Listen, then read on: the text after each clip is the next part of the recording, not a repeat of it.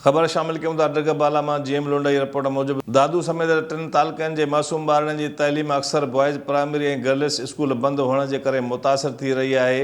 सवें इमारतूं काफ़ी सालनि खां तइलीम खाते ऐं चूंडियल नुमाइंदनि जी बेध्यानी सबबि डराइण वारी हालत में पहुची वियूं आहिनि। सवें इमारतुनि जी गुज़िरियल केतिरनि सालनि खां कागज़ी कार्रवाई में चूंडियल नुमाइंदनि तइलीम खाते जे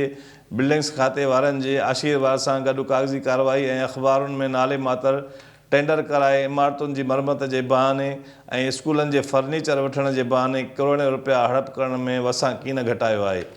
जंहिं सबबि स्कूल डराइण वारी हालत में पहुची विया आहिनि। ॻोठनि में गवर्नमेंट प्राइमरी बॉयज़ स्कूल लुंड, जाफ़र खान लुंड, शकलाणी वाई बिरादरी जे सोनो Jamali,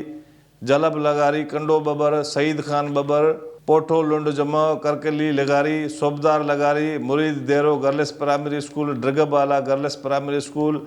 hero Khan primary boys, नंगर दारियो, जियंद देरो बॉयज़ स्कूल ऐं ॿियनि केतिरनि ई गर्ल्स तोड़े प्राइमरी बॉयज़ स्कूल ऐं मिडिल स्कूल सालनि खां बंदि पियल आहिनि। हिननि चीफ जस्टिस सुप्रीम कोर्ट,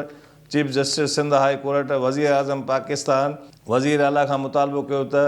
जल्द अज़ जल्द दादू ज़िले जे तालुक़नि ऐं जोई समेत काशे में सवें बंदि पियल स्कूल खोलाए ॿारनि जी तइलीम बचाई वञे। For more news and updates, keep watching BTV News First Ultra HD web channel.